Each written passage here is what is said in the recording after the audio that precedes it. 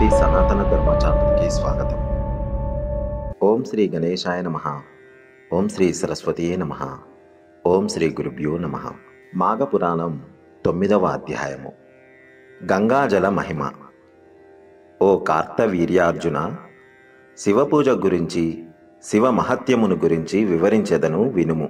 మున్ను శ్రీరామచంద్రుడు రావణుని చంపుటకు సముద్రముపై వారధి కట్టిన చోట శివలింగమును ప్రతిష్ఠించి శివుణ్ణి ధ్యానించి వారధి దాటి రావణుణ్ణి చంపెను.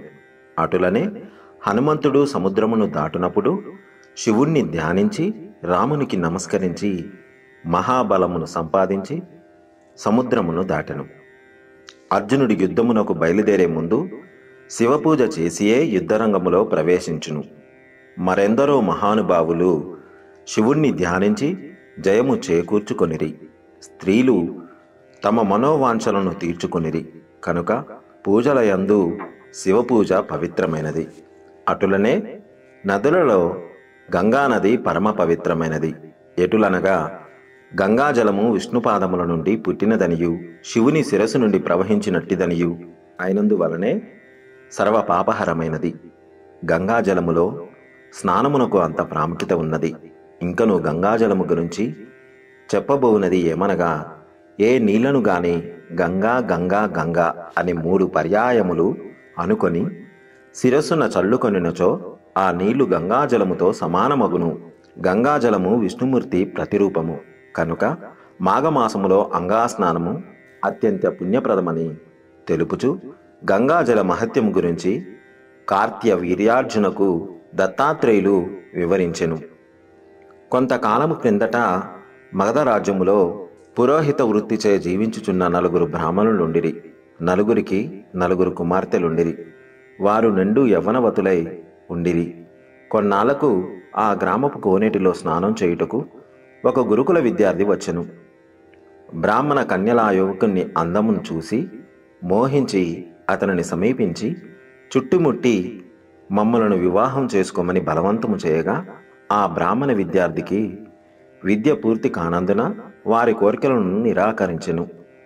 అంతటా ఆ కన్యలు కోపంతో నువ్వు పిశాచానివి కమ్మని శపించగా ఆ విద్యార్థియు మీరు కూడా పిశాచులగుదురుగాక అని ప్రతిశాపమిచ్చుటచే వారంతా పిశాచ రూపములతో ఆ కొలను వద్దనే ఉండి అందరినీ బాధించి ఆహారము దొరికితే వాటలకై పెనుగులాడుకొనిచుండిరి. కొంతకాలమునకు ఒక సిద్ధుడు ఆ కోనేటి దగ్గరకు రాగా ఆ పిశాచముల తల్లిదండ్రులు తమ బిడ్డలకు కలిగిన పిశాచ రూపములు ఎట్లు పోవునని అడిగిరి.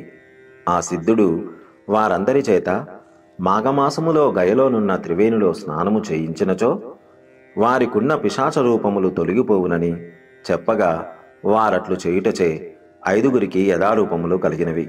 ఇట్లు జరుగుటకు మాఘమాస మహత్యమే కారణము. మాఘమాసమునందలి నదీ స్నానము మనుజులకే కాక దేవతలకు గంధర్వులకు కూడా పవిత్రమైనది. ఒక మాఘమాసములో ఒక గంధర్వుడు తన భార్యతో భూలోకానికి వచ్చి గంగా నదిలో స్నానమాడెను. అతని భార్య మాత్రము స్నానమాచరించనని చెప్పుటచే ఆమెకు దైవత్వం నశించి గంధర్వలోకానికి వెళ్ళలేకపోయినది. ఆమెను విడిచిపెట్టి ఆ గంధర్వుడొకడే వెళ్ళిపోయాడు. ఆమె అడవిలో తిరుగుచు విశ్వామిత్రుడు ఉన్న చోటుకు వెళ్ళి వయ్యారముగా క్రీగంట చూసెను. ఆమె అందానికి యవ్వనానికి విశ్వామిత్రుడు తన్మయుడై ఆమెను ప్రేమించుటచే ఇద్దరు కామక్రీడలలో తేలియాడుచుండగా మరల ఆ గంధర్వుడు తన భార్యను వెతుకుచూ వచ్చి చూడగా విశ్వామిత్రుడు గంధర్వ స్త్రీ క్రీడించుచుండిరి. ఆ దృశ్యమును చూసి మదనపడుచు తపస్వి అయి ఉండి కూడా ఇలా కామతృష్ట కలవాడవైనందున నీకు కోతిముఖము కలుగుగాక అని విశ్వామిత్రుణ్ణి శపించెను. పాషాణమై పడి ఉండమని భార్యను శపించి వెళ్ళిపోయినాడు. విశ్వామిత్రుడు చేయనది లేక వానరముఖం కలిగి ఉండగా నారదుడు ఆ విషయం తెలుసుకొని విశ్వామిత్రుని కడకు వచ్చి క్షణభంగరమైన తుచ్చ కామవాంఛకు లోనై నీ తపశక్తినంతా వదులుకున్నావు.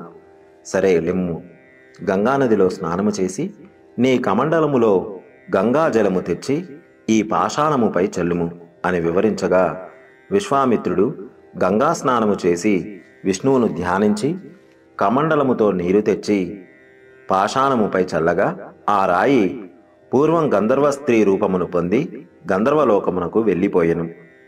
పూర్వరూపమునందున విశ్వామిత్రుడు తపస్సునకు వెళ్ళిపోయెను. సర్వేజన సుఖినో భవంతు. లోకా సమస్త సుఖినో భవంతు. గోవులను సేవించండి, గోవులను రక్షించండి. ప్రకృతిని కాపాడడం మన ధర్మం. దయచేసి ప్రతి ఒక్కరూ ఒక మొక్కైనా నాటండి.